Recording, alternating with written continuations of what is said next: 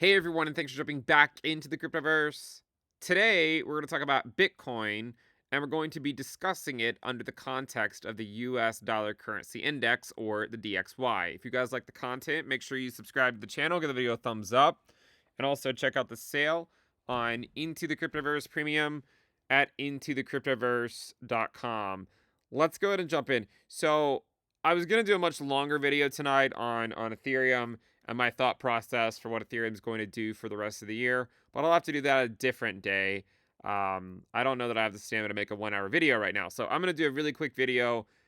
Not a lot of conviction in this view, but I would say maybe about a 60 to 70% chance that it happens. So it's still worthwhile to put the idea out there, even if it doesn't pan out. And honestly, this is one of those things that could be invalidated like tomorrow. Which better, would probably be better off if it does, so I don't have to keep talking about it. But let's just go quickly through one of the things that I've noticed here. So one thing is that we know that Bitcoin and the dollar typically are inversely correlated to each other. So, for instance, if you were to go look at correlation coefficients and we look at crypto, stocks, and metals, it also should include on here, assuming it loads, the US dollar currency index, or DXY. You can see it right here. So, and if you go where the dollar is compared to Bitcoin, you can see it's 0.24, right? So at least it's not at least over the last 60 days, not a huge correlation there. If you change it to 30 days, it actually has been highly correlated over the last 30 days. But over the last 365 days, you can see it's actually negative 0.06 with Bitcoin. So typically, the idea is if Bitcoin's going up, the dollar's not. If the dollar's going up, Bitcoin's not. That doesn't always happen. There are times where they do both go up and both go down, but it's just something to think about. And what I want to do is look at the dollar. And you guys know how a lot of people have made the comparison since 2016. Like if you go and look at I really hope this doesn't end up being a long video because I really want to make this video so to be short. But if you go look at ROI from the bottom for Bitcoin, and you just look at this cycle compared to the 2016 cycle, you can see why a lot of people make that comparison. In fact, at this point in the cycle, Bitcoin's ROI was essentially what it is today. Um, so yeah, that's why people look at this. And so I'm like, well, people like to look at that. My video tonight was going to be on ETH. But just quickly with ETH, I'm going to talk about it anyways, right? Well, just quickly with ETH, one of the things to note back then was that it did have a sell off here, June, July, and August, just like we've had this year, June, July, and August. September was green, so maybe we get a green September, and then October, November, December were red. So do be aware of that. But the reason why that's interesting, that being red, almost wonder if the reason it was red was because the dollar was going up in Q4 of 2016. You see that, right? And what's interesting is in August of 2016, the dollar hit this trend line for the third time, just like it hit a similar trend line over here for the third time. So I wonder, I do wonder if you're seeing basically the dollar repeat what it did in 2016, where it puts in higher lows.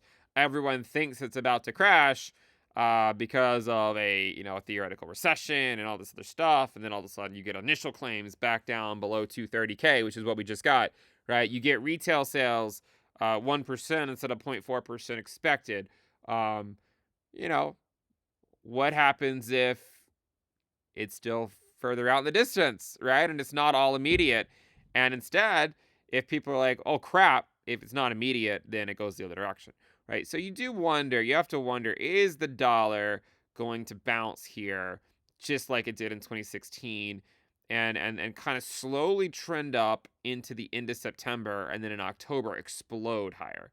And just to give you an idea of how much it really moved up from August to December, the dollar moved up 10% back then. To give you an idea what that would be, 10% move up would be at around 112. Okay. So I kind of think that that is something that at least has to be on your radar. Again, I'm not saying bet the family farm on that idea. And I know a lot of people will be scared about that. But the nice thing is, one of the things to remember is when, the alt season that you guys talk about all the time is when the dollar is going down quickly like that and like that. Notice that this year right here, it was 2017. This year right here, it was mid 2020 to mid 2021 when alts were really starting to outperform Bitcoin. So, you have to wonder, do alts durably outperform Bitcoin from here, a relatively lackluster peak? Um, because they didn't really do it from over here, right? Or does the dollar go back up and then have a large drawdown in 2025, and then you get your coveted alt season that everyone keeps talking about? You have to wonder if it plays out like that, because if it did, and ETH were to sell off, let's say it goes up in September like 2016, but then it sells off in Q4, that could be just what the market needs to get everything back in line with where they theoretically, quote unquote, should be.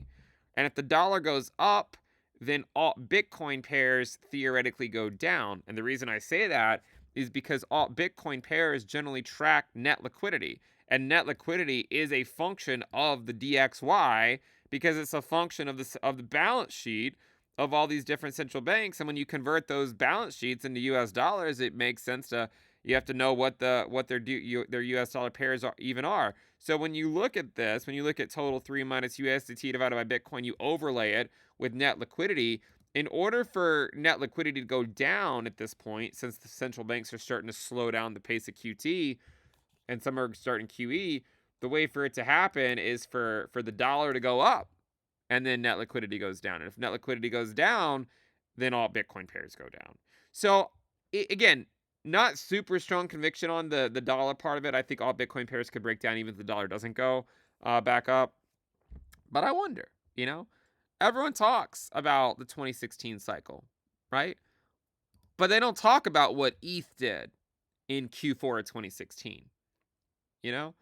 And by the way, ETH went down while Bitcoin went up in Q4 of 2016. I don't know if that'll happen this time, but it's just why I've said Bitcoin's a safer play than ETH. It doesn't mean Bitcoin can't go down. In fact, a lot of the thesis I had this year was that Bitcoin would go down, similar to 2019, and it has. But when you think about the dollar, right? Go look at Bitcoin versus the dollar, right? So Bitcoin versus the DXY. What I like to do is color code the dollar with Bitcoin risk. And you can see that when the dollar gets a parabolic move, that's when Bitcoin risk goes low.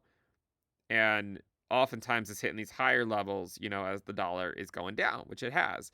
So again, not asking you about the family farm on this idea.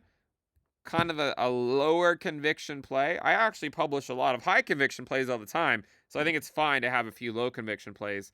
So I would say keep an eye on the dollar here, because I'll be honest, right? I said the dollar, I thought it would go up into the summer, and it did. It did. Um, I think that it would be unfair to say that the people that were bearish on the dollar were correct, especially when you look at it and you're like, oh well, it has been putting in higher lows, right? There was a low in July 2023 and then a higher low in December 2023. And I said, all right, goes up into the summer. And it did. But then now it's sold off again. And I just wonder, is this just a higher low? The third higher low? Normally it's the fourth attempt that breaks. Not always, but a lot of times it's the fourth test of the trend line that actually breaks it. So I would say I'm going to keep that in mind, right? I'm going to keep that in mind, because here you can see it was first test, second test, third test, fourth test break. We're only on test number 3. So what if the dollar does something like this? I could definitely see something like that happening. And I think the hard part is, like, if it does do this, does it take out that high? Or is it a lower high? Is it a double top? You can see in 2016, it actually took out the high.